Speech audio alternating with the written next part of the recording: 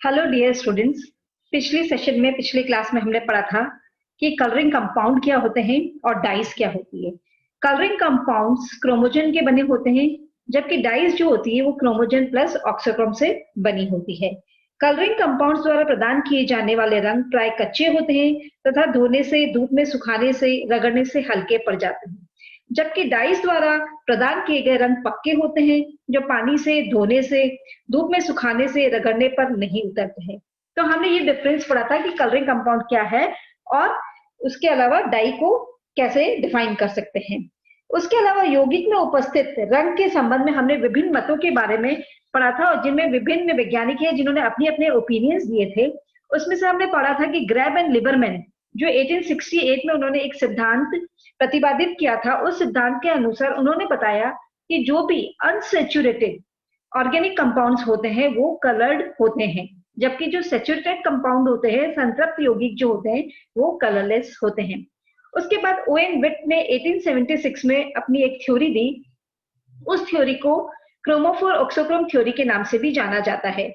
उन्होंने बताया कि अनसेचुरेटेड की महत्ता को, उन्होंने भी कंपाउंड की अनसेचुरेटेड की महत्ता को बताया कि ऑर्गेनिक कंपाउंड जो अनसेचुरेटेड होते हैं वो कलर्ड होते हैं, लेकिन उन्होंने यह भी बताया साथ में कि किसी पदार्थ और यौगिक के रंगीन होने व तीव्र रंगीन होने के निम्न कारण हैं। उन्होंने बताया कि presence of chromophoric groups with unsaturated compound, यदि किसी भी organic compound, unsaturated organic compound में यदि क्रोमोफोरिक ग्रुप प्रेजेंट है तो वो जो ऑर्गेनिक कंपाउंड है वो कलर्ड होगा।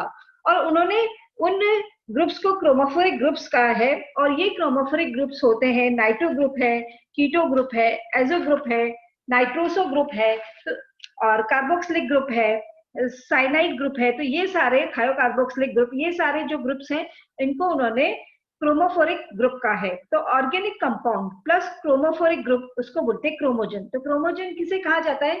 किसी भी ऑर्गेनिक कंपाउंड में जब क्रोमोफोरिक ग्रुप जुड़ जाता है तो उसको बोला जाता है क्रोमोजन। फिर उन्होंने ये भी बताया कि जो इंटेंसिटी ऑफ कलर, जो इंटेंसिटी मतलब रंग की जो तीव्रता होती है वो किस पर डिपेंड करती है? वो डिपेंड करती है क्रोमोफोरिक ग्रुप्स के ऊपर कि कितने क्रोमोफोरिक ग्रुप उस ऑर्गेनिक कंपाउंड से जुड़े हुए हैं। जैसे जैसे क्रोमोफोरिक ग्रुप बढ़ते जाते हैं वैसे वैसे रंग की जो तीव्रता है वो भी बढ़ती जाती है। तो उन्होंने ये इंपॉर्टेंट अपना विचार व्यक्त किया कि उन्होंने कहा कि किसी भी ऑर्गेनिक कंपाउंड के साथ जितने क्रोमोफोरिक ग्रुप होंगे वैसे वैसे उस कलर की तीव्रता बढ़ती जाएगी। और ये जो क्रोमोफोरिक ग्रुप है एक विशेष एकांतरित व्यवस्था में अर्थात विशेष कॉन्जुगेटेड व्यवस्था में व्यवस्थित होते हैं। एक कॉन्जुगेटेड स्टेट में वो क्रोमोफोरिक ग्रुप जो होते हैं वो प्रेजेंट होते हैं। The intensity of the color increases with the increased number of chromophoric in a chromogen। किसी भी कलर की इंटेंसिटी किस पे डिपेंड करती है कि उसमें कितने क्रोमोफोरिक ग्रुप्स हैं। And they are more effective when chromophore are in conjugated position. और ये ज्यादा इफेक्टिव कब होते हैं? जब ये कॉन्जुगेटेड स्टेट में होते हैं, एक सिंगल बॉन्ड, एक डबल बॉन्ड, एक सिंगल बॉन्ड, एक डबल बॉन्ड, इस पोजीशन में यदि वो रहते हैं, कॉन्जुगेटेड स्टेट में रहते हैं, तो वो ज्यादा, उसकी जो कलर की जो इंटेंसिटी होगी वो ज्यादा होगी। अब है presence of auxochromic groups. Auxochromic group क्या होता है? अभी हमने पढ़ा क्रोमोफोरिक ग्रुप। क्रोमोफोरिक ग्रुप क्या होता है? अब है ऑक्सोक्रोमिक ग्रुप। ऑक्सोक्रोमिक ग्रुप वो समूह होते हैं जो कि स्वयं तो रंग उत्पन्न कर पाने में असमर्थ होते हैं, जो खुद तो रंग उत्पन्न नहीं करते हैं, परंतु ये समूह पदार्थ यौगिक में अपनी उपस्थिति से पदार्थ और यौगिक की तीव्रता को बढ़ाने में समर्थ होते हैं। रंग की जो इंटेंसिटी है उसको बढ़ाने में मदद करते हैं ऑक्सोक्रोमिक ग्रुप। जबकि क्रोमोफोरिक ग्रुप यदि उसमें प्रेजेंट है तो वो ऑर्गेनिक कंपाउंड कलर्ड कहलाता है, लेकिन ऑक्सो खाली ऑर्गेनिक कंपाउंड है उसमें सिर्फ ऑक्सोक्रोमिक ग्रुप प्रेजेंट है तो वो जो कंपाउंड होगा वो कलरलेस होता है। तो dye is equal to, dye क्या होता है? Dye is equal to chromogen plus auxochrome. जिसमें क्रोमोजन भी पाया जाता है और ऑक्सोक्रोम भी पाया जाता है उसे डाई कहा जाता है।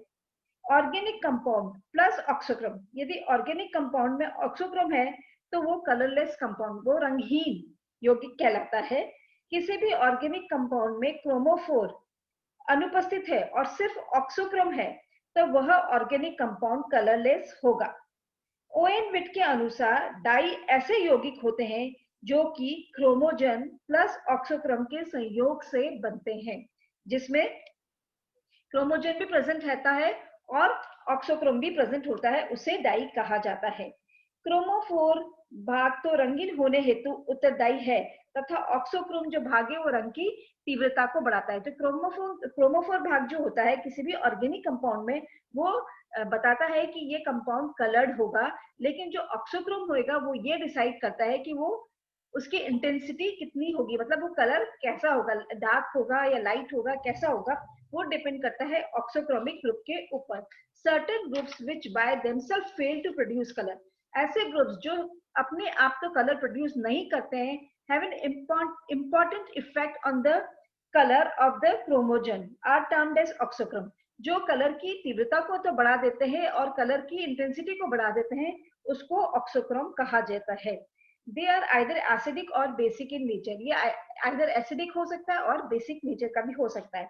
कुछ एग्जांपल्स हैं जो ऑक्सोक्रोमिक ग्रुप के, ऑक्सोक्रोम के हाइड्रोक्सिल ग्रुप है, एल्कोक्सी ग्रुप है, अमाइन ग्रुप है, एल्काइल अमाइन ग्रुप है, हैलोजन है, कार्बोक्सिल ग्रुप है। These are all auxochromic groups. और इनकी वजह से यदि किसी भी ऑर्गेनिक कंपाउंड में ये सारे ग्रुप्स जुड़े हुए रहते हैं तो उससे वो कंपाउंड तो कलरलेस होता है, लेकिन ये ऑक्सोक्रोमिक ग्रुप यदि किसी भी कंपाउंड में जुड़े रहते हैं क्रोमोफोरिक ग्रुप के साथ में तो वो कलर की तीव्रता को बढ़ा देते हैं।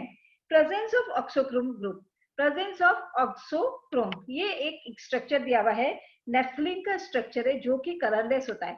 नेफ्थलीन जो है वो कलरलेस होता है। अब जब नेफ्थलीन में OH ग्रुप जुड़ गया, हाइड्रोक्सिल ग्रुप जुड़ गया जो कि ऑक्सोक्रोमिक ग्रुप है, OH क्या है, ऑक्सोक्रोमिक ग्रुप है, और जब नेफ्थलीन के साथ में ये ऑक्सोक्रोमिक ग्रुप चढ़ गया है ऑर्गेनिक कंपाउंड के साथ में, तो भी वो कलरलेस है, क्योंकि जो ऑक्सोक्रोमिक ग्रुप होता है वो कलर कंपाउंड को कलर्ड नहीं करता है, वो सिर्फ इंटेंसिटी बढ़ाता है। तो अभी जो ये है वो है कलरलेस कंपाउंड। लेकिन जब इस ग्रुप के साथ में, नेफ्थलीन के स्ट्रक्चर के साथ में दो नाइट्रो ग्रुप जुड़ गए, 2,4 नाइट्रो नेफ्थलीन, इसका नाम हो गया है 2,4, 2 और 4 पोजीशन में है, 2 और 4 नाइट्रो, 2,4 डाई नाइट्रो नेफ्थलीन, मतलब ये है पेल येलो कलर का। इसमें क्या हो गया, ये दो नाइट्रो ग्रुप, दो क्रोमोफोरिक ग्रुप जुड़ गए हैं नेफ्थलीन के साथ, तो इसका जो कलर हुआ वो हल्का पीला कलर का हो गया है। अब इसमें क्या है, इसमें क्रोमोफोरिक ग्रुप भी जुड़े हुए हैं, नाइट्रो ग्रुप, ऑक्सोक्रोमिक ग्रुप भी जुड़ा हुआ है, OH ग्रुप। तो ये है 2,4 नाइट्रो नेफ्थोन। तो इसका जो कलर हो गया है वो हो गया ऑरेंज, क्योंकि इसकी इंटेंसिटी कलर की बढ़ गई। पहले था पेल येलो, जब इसमें सिर्फ क्रोमोफोरिक ग्रुप जुड़े हुए थे तो वो सिर्फ पेल येलो था।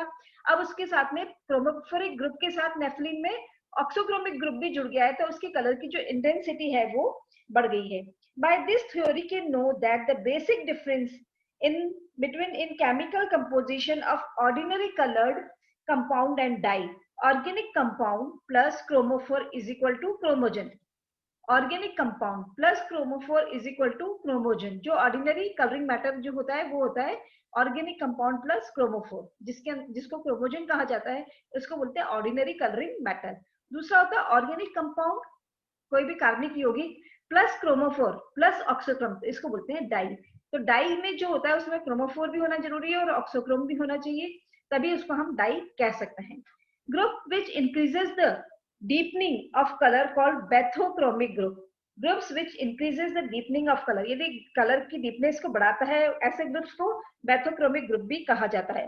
Group which decreases the color, जो कलर की इंटेंसिटी को कम करते हैं उसको hypsochromic ग्रुप भी कहा जाता है।